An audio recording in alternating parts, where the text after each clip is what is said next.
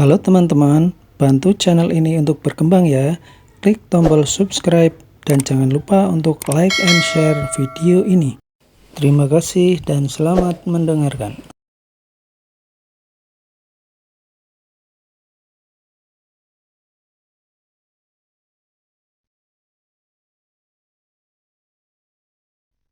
Bab 55, siapa monyet yang dipermainkan?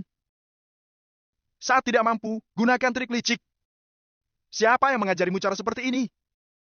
Menurutku Kak Bobby tidak seperti orang yang jahat. Apa aku yang salah lihat? Mary angkat bicara dengan raut penuh dengan penghinaan. Harus diakui, Mary ini orang yang licik dan kata-katanya cukup tajam. Semua orang tidak dapat menemukan kata-kata yang tepat untuk membantahnya, jadi hanya bisa mendengarkannya sambil menahan kekesalan. Apa boleh buat, sekarang Mary sedang membual. Putrinya adalah manajer umum grup Kusuma, sehingga dia memiliki kekuasaan yang besar. Angel diam-diam mengacungkan jempol untuk Mary. Mary tersenyum puas sambil memandang rendah semua orang yang ada di tempat itu seakan dialah pemimpin dari semuanya. Semua orang tahu karakter Mary sangat dominan dan hebat, tapi memangnya mereka bisa berbuat apa? Valentino adalah menantuku, Mary. Aku bisa memakinya sesuka hatiku, tapi memangnya siapa kalian? Berani-beraninya cari gara-gara dengan anggota keluargaku. Dulu, Mary tidak seperti ini, dia sangat membenci Valentino. Namun, sejak perayaan pesta di perusahaan hari itu, dia menghargai semua perubahan Valentino. Dia mengingat semua hal termasuk hal-hal yang dilakukan Valentino. Taruhannya dengan Robert dan dirinya sendiri, berhasil Valentino eksekusi dengan baik. Meskipun Mary sombong, dia tidak bodoh.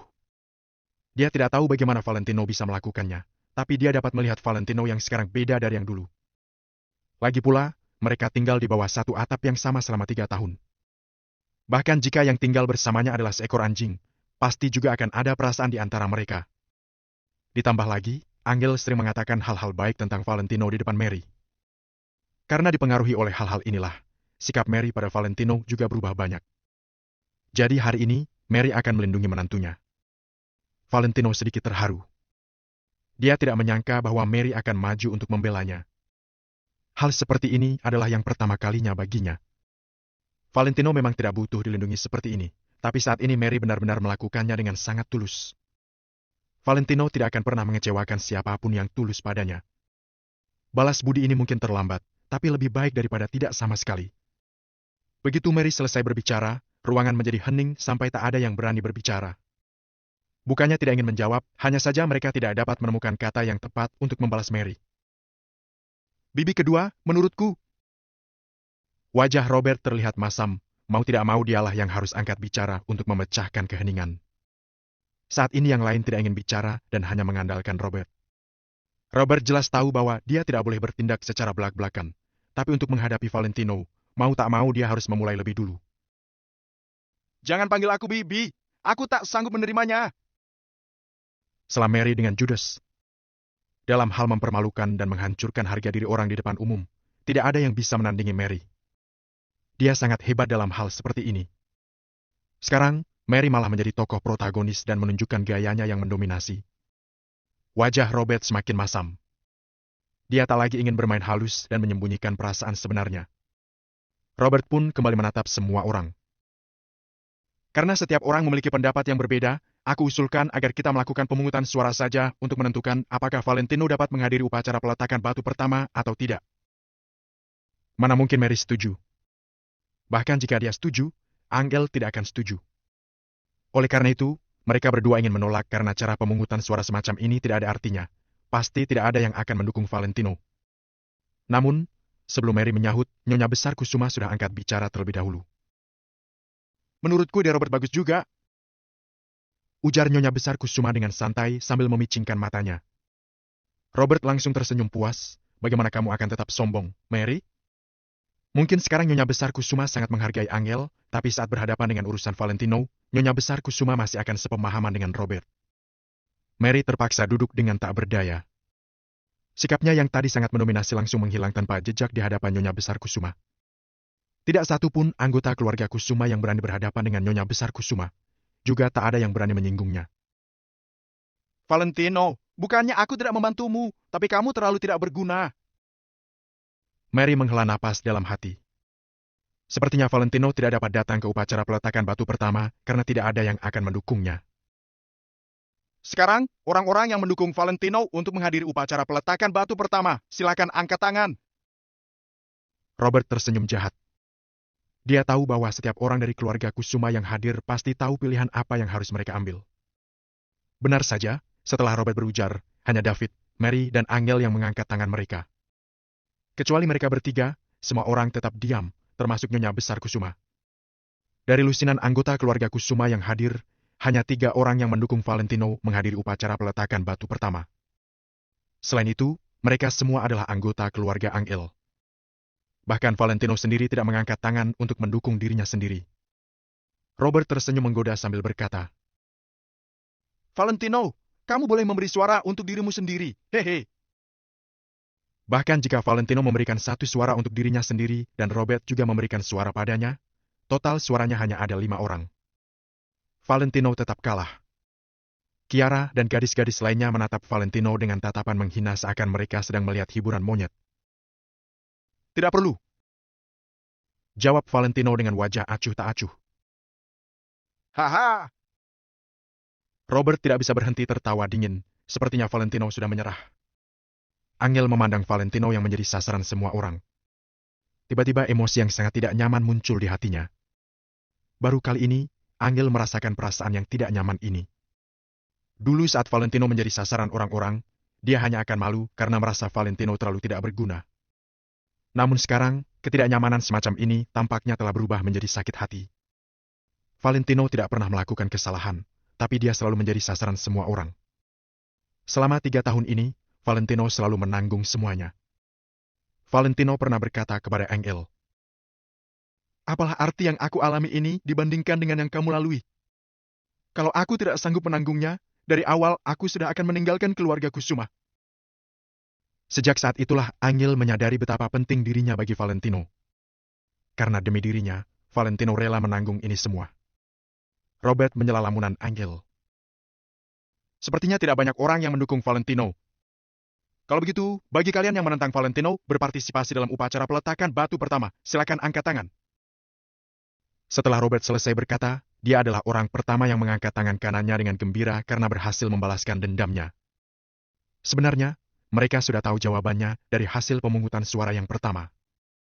Dari belasan orang, hanya ada 3 orang yang mendukung Valentino. Bukankah hasilnya cukup jelas? Namun, untuk menghina Valentino, Robert tetap melanjutkan proses pemungutan suara. Dia hanya ingin Valentino melihat dengan jelas bahwa kamu, Valentino, bukan siapa-siapa dalam keluarga Kusuma. Tidak ada yang akan mendukungmu. Aku hanya ingin kamu, Valentino, tahu bahwa kamu tidak lebih baik dari anjing. Tanpa keluarga Kusuma, kamu bahkan tidak bisa pergi ke upacara peletakan batu pertama. Cih! Kiara adalah orang kedua yang mengangkat tangan kanannya. Sama dengan Robert, dia juga terlihat sangat puas. Dia selalu iri dengan kecantikan Angel, jadi dia tidak pernah berurusan dengan Angel. Sekarang dengan Angel berkuasa di keluarga Kusuma, dia benar-benar tidak berani melangkah terlalu jauh saat menghadapi Angel. Bab 56, Undangan VIP. Namun, Kiara berpikiran sama dengan Robert. Meski dia tidak berani menghadapi Angel, mana mungkin dia tidak berani berhadapan dengan Valentino. Selama ini Valentino hanya mengandalkan dukungan dari keluarga Kusuma. Tapi hari ini Valentino harus mengenali apa itu yang namanya kenyataan. Hari ini, Valentino harus sadar bahwa tanpa keluarga Kusuma, dia bukanlah apa-apa. Lusinan anggota keluarga Kusuma lainnya juga mengangkat tangan tanpa ragu-ragu dengan ekspresi congkak. Bobby terdiam sejenak, lalu perlahan-lahan mengangkat tangannya. Sebagai CEO grup Kusuma, suaranya setara dengan suara 10 orang. Valentino hanya melihat semua orang dengan wajah acuh tak acuh. Dia tidak terlihat sedih ataupun bahagia. Semua orang di keluarga Kusuma merasa bahwa mereka sedang bermain-main dengan Valentino. Mereka tidak sadar bahwa sebenarnya justru Valentino yang sedang menonton mereka seperti pertunjukan monyet. Supaya lebih menyenangkan, kita harus melayangkan pukulan tepat ketika musuh merasa paling arogan. Valentino mungkin tidak membutuhkan kesenangan ini, tapi dia tahu Angel dan Mary membutuhkannya. Nyonya Besar Kusuma ragu-ragu sejenak, akhirnya juga mengangkat tangannya. Sebenarnya, saat ini dia tidak perlu mengangkat tangannya sama sekali, karena belasan orang lain telah memilih dan hasilnya sudah ditentukan. Sebagai tetua yang duduk di posisi tertinggi, sebenarnya dia tidak boleh ikut campur dalam masalah ini, karena bagaimanapun juga semua butuh keseimbangan.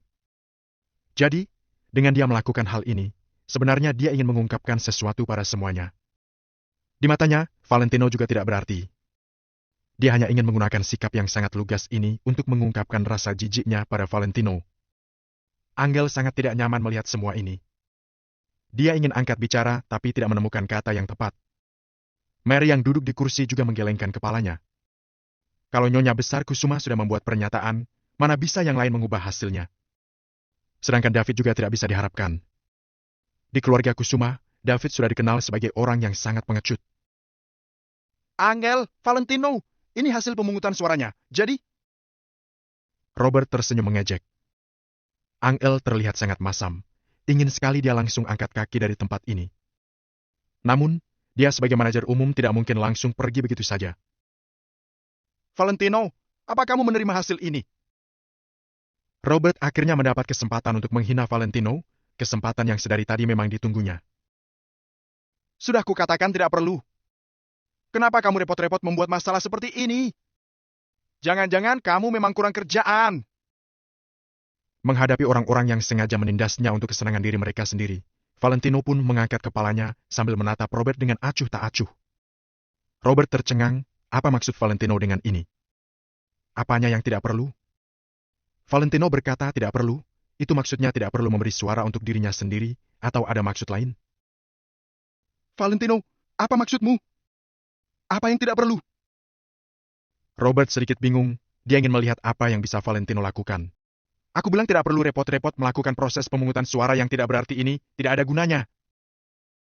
Valentino menatap lurus ke arah Robert, lalu ke arah Angel. Entah kenapa, Angel tiba-tiba merasa lega saat tatapan mereka saling bertemu. Robert terdiam sesaat, kemudian tiba-tiba tertawa. Haha, aku selalu berpikir sepertinya kamu tidak bisa membaca situasi. Sepertinya kamu sudah berubah. Maksudmu, dengan pemungutan suara atau tidak, kamu sudah tahu hasilnya, kan? Dalam hati Robert merasa sangat senang. Sepertinya Valentino malu mengakui kekalahannya jadi sengaja berkata seperti itu, kan? Haha. Maksudku, dengan atau tanpa pemungutan suara ini. Besok aku akan tetap ikut ke upacara peletakan batu pertama. Valentino berkata sambil tersenyum santai. Semua orang yang mendengar kalimat itu tercengang. Apakah Valentino ingin cari ribut dengan keluarga Kusuma di depan umum? Dia berani melanggar hasil pemungutan suara semua orang di keluarga Kusuma. Apa maksudnya dia tidak memandang keluarga Kusuma? Valentino! Apa maksudmu? Apakah hasil pemungutan suara bersama dari anggota keluarga Kusuma tidak berarti untukmu? Tanya Robert sambil menggebrak meja. Yang lain juga memandang Valentino dengan jijik, termasuk Nyonya Besar Kusuma dengan wajah muram. Semua orang di keluarga Kusuma sudah memberi suaranya. Valentino boleh tidak mematuhi aturan ini, asalkan dia meninggalkan rumah keluarga Kusuma. Sehari saja dia ada di keluarga Kusuma, dia terikat oleh aturan ini. Dia tidak boleh seenaknya memprovokasi kehormatan keluarga Kusuma. Bisa dikatakan seperti ini, hasil ini sama sekali tidak ada gunanya untukku. Valentino tersenyum acuh tak acuh. Sejak kapan nasibnya dikendalikan oleh sekelompok badut ini? Benar-benar tidak tahu diri. Berani-beraninya kamu tidak mematuhi hasil yang disaksikan oleh nenek sendiri. Sepertinya dia tidak ingin tinggal di rumah keluarga Kusuma lagi. Memangnya dia bisa tidak mati kelaparan kalau keluar dari rumah keluarga Kusuma? Valentino, sebaiknya kamu pikir dulu sebelum bicara. Valentino berkata dengan konyol. Kubilang, aku akan tetap pergi ke upacara peletakan batu pertama besok. Tepat ketika semua orang di keluarga Kusuma sangat marah dan hendak mencela Valentino bersama-sama, Valentino kembali angkat bicara.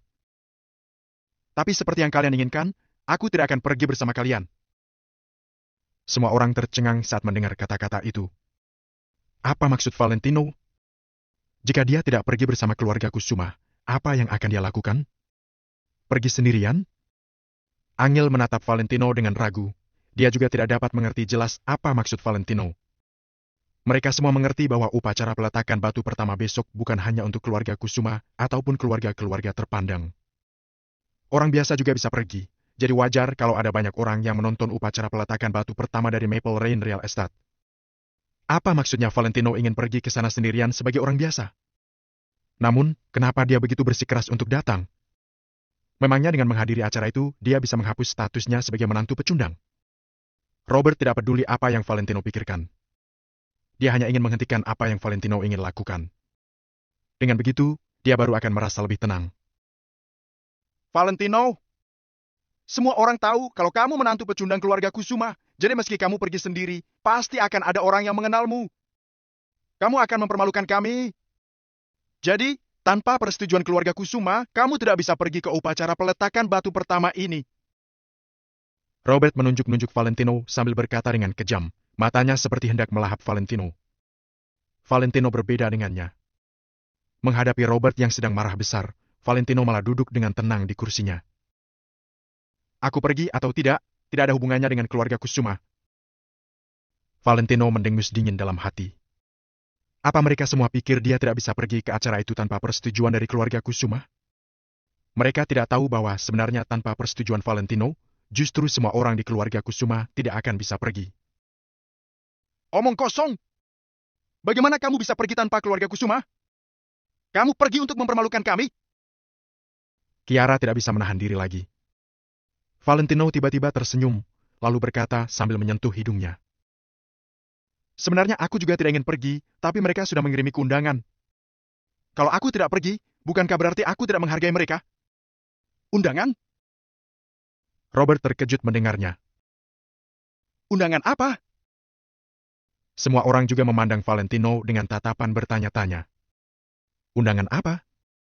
Siapa yang mengirim undangan untuk pecundang ini? Bahkan Nyonya Besar Kusuma menatap Valentino dengan curiga. Tidak tahu trik apa yang Valentino mainkan. Ini undangannya. Sambil berkata, Valentino mengeluarkan undangan yang bertuliskan emas itu, lalu meletakkannya di atas meja. Mata semua orang langsung tertuju pada undangan yang ditulis dengan warna emas itu.